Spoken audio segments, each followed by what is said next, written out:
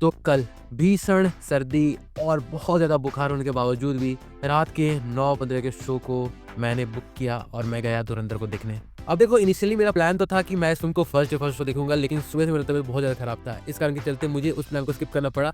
But जब मैंने देखा कि जिस तरीके के पब्लिक रिएक्शन इस फिल्म को देखने को मिल रहा है, तब मैं और ज़्यादा एक्साइटेड हो गया और मैं वेट नहीं कर सका। इसीलिए मैंने रात के 9:15 के शो को बुक किया। And after watching the film, मैं आपके ज़्यादा टाइम नहीं लूंगा एंड मैं सीधे इस बात को बता देता हूँ कि धुरंधर is an absolute master class in film making. और सिर्फ इतना ही नहीं, ये फिल्म जनरल पब्लिक को भी अपील करेगी, क्योंकि फिल्म में ऐसे माइनर डिटेल्स है जिसे लेकर एट दी एंड या फिर कह सकते हैं जिस प्लॉट से ये फिल्म आगे बढ़ती है एंड हमें जिस तरह का सेटिस्फैक्शन देखने को मिलता है जब दो गैंग्स एक साथ लड़ते हैं, जिसके पीछे का ulterior motive, gang rivalry, Ranveer Singh के कैरेक्टर का उन सारी चीजों में इन्वॉल्वमेंट, वो चीज देखने में बहुत मजा आता है। एंड यस, हम ये कह सकते हैं कि it's a must watch film for everyone. पर चलो, ये तो हो गई बात फिल्म कैसी है उसके बारे में।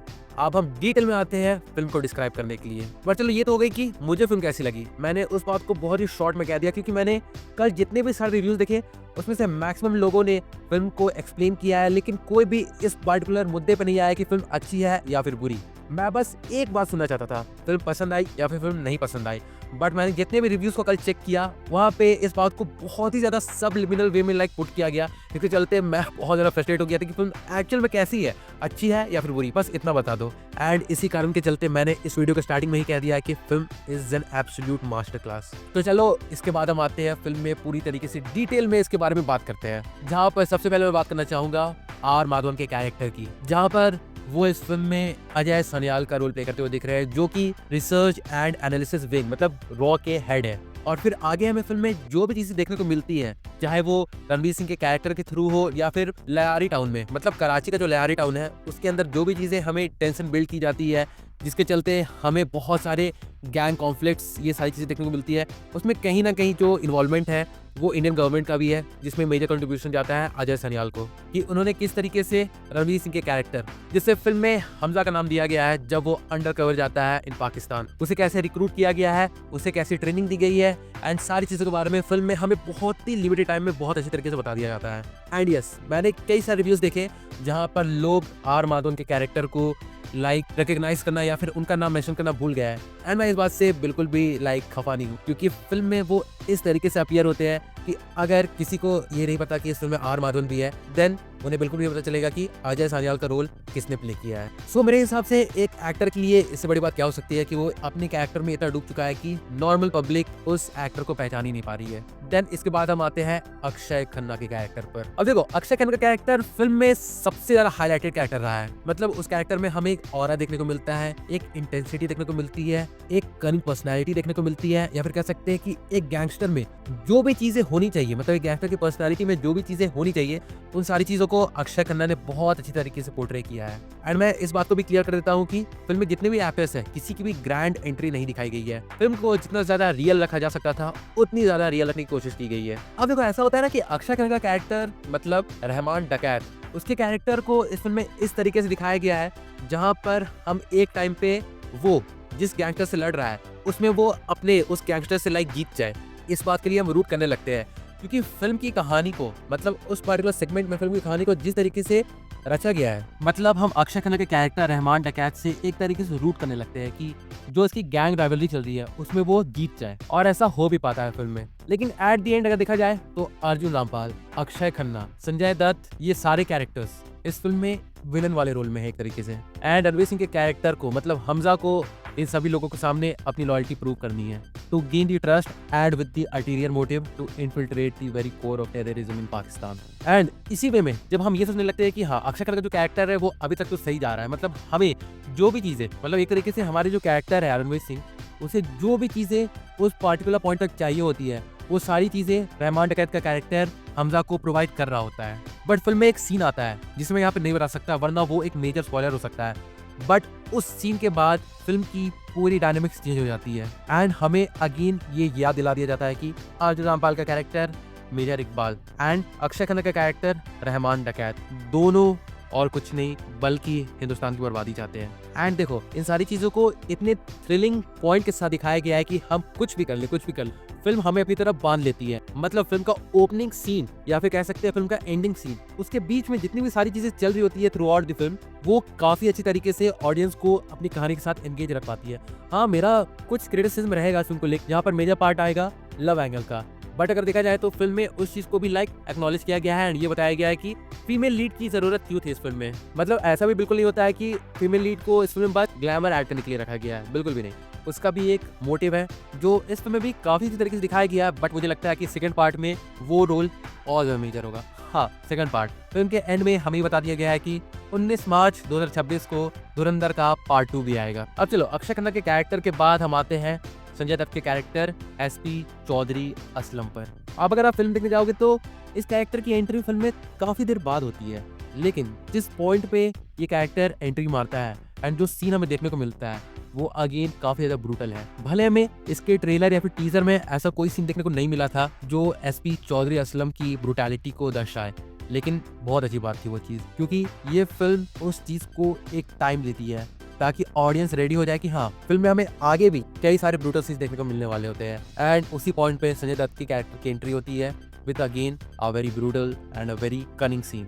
एंड इसके बाद अगर हम सारा अर्जुन, मतलब इस फिल्म की जो फीमेल लीड उनके बारे में बात करें तो उन्होंने अच्छी परफॉर्मेंस दी है। मतलब ऐसा नहीं लग रहा था कि वो इस फिल्म के साथ अपना डेब्यूट कर रही है।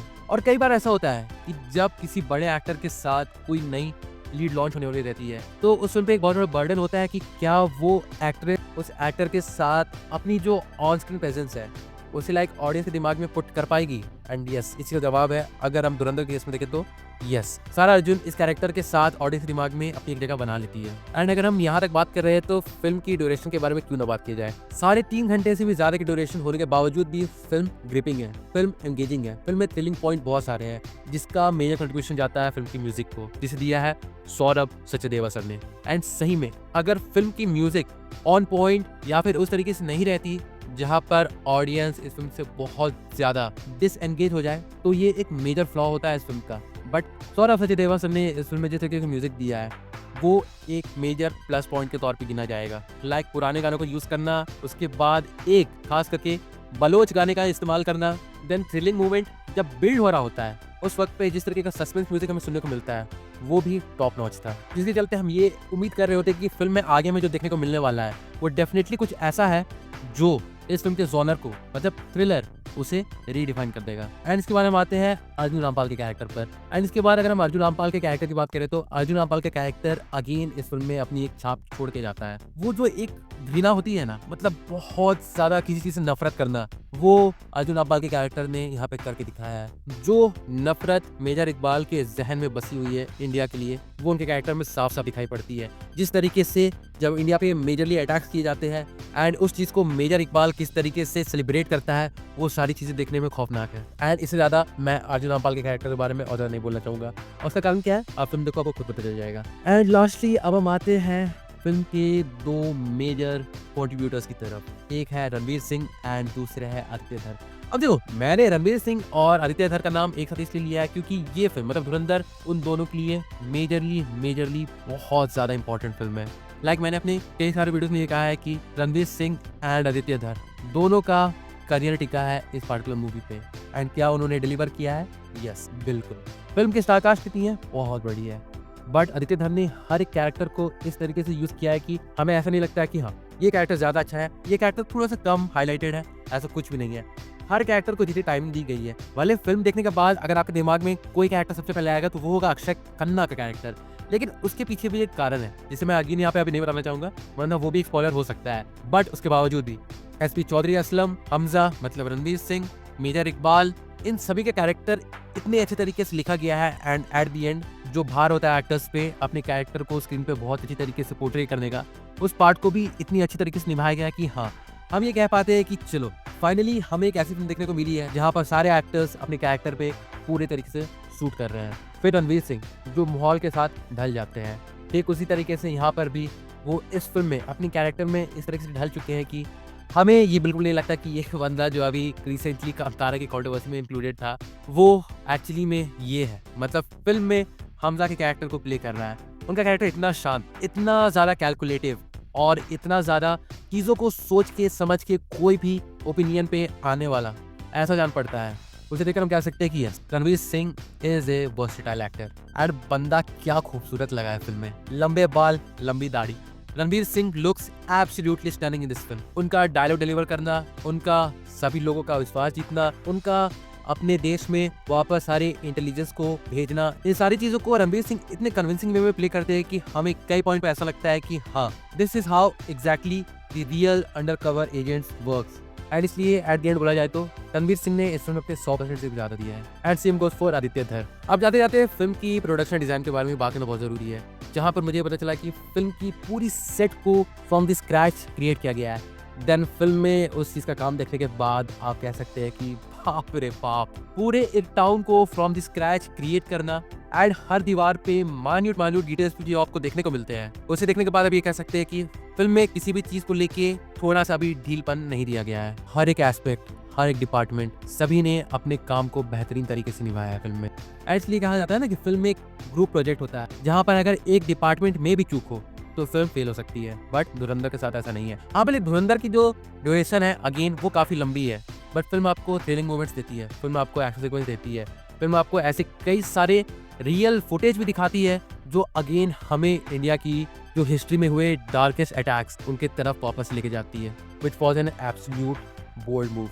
तो कंक्लूड किया जाए तो धुरंधर को थिएटर में देखना बिल्कुल भी मिस नहीं किया जा सकता है, किसी भी हाल में मिस नहीं किया जा सकता है। धुरंधर deserves your time and Dhurandhar deserves your money. वरना अगर ये फिल्म फ्लॉप हो गई तो फिर वही बेटर है ना, यस राज फिल्म की ISI यूनिवर्स की फिल्मों को देखने के लिए। Yes, not spy universe but actually ISI universe, क्योंकि इस फिल्म में जिस तरीके से पाकिस्तान को दिखाया गया है, रिसेंट टाइम्स में पाकिस्तान की जो ओवरऑल टेररिज्म वाली एक्टिविटीज है, उस तरीके से इतने ब्रूटल वे में तो मुझे नहीं लगता किसी और फिल्म में रिसेंट टाइम में दिखाया गया था। एंड अगेन मैं यही बोलूंगा कि it's a must watch film. So इसी बात के साथ चलिए मैं शुरू को यहीं पे कंक्लूड करता हूँ। तो वेल, अगर देखा जाए तो यही था मेरा एक ओवरऑल ओपिनियन धुरंधर मूवी को लेकर।